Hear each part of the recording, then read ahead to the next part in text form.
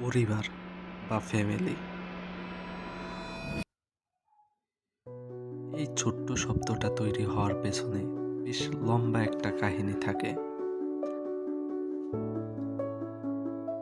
একজন থেকে একটা পরিবার, একজনের অক্লান্ত পরিশ্রমে একটা পরিবার, ফ্যামিলির সেকেন্ড জেনারেশন যাকে গ্র্যান্ডফাদার বলি। একটা সময় পর সেই একজন আর থাকে না, শুধু স্মৃতি থাকে। এটা হচ্ছে তার সেই স্মৃতি,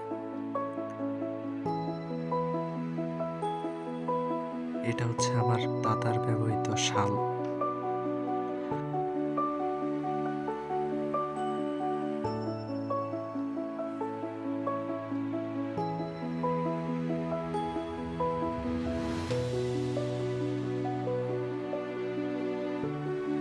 it is the most expensive শাল।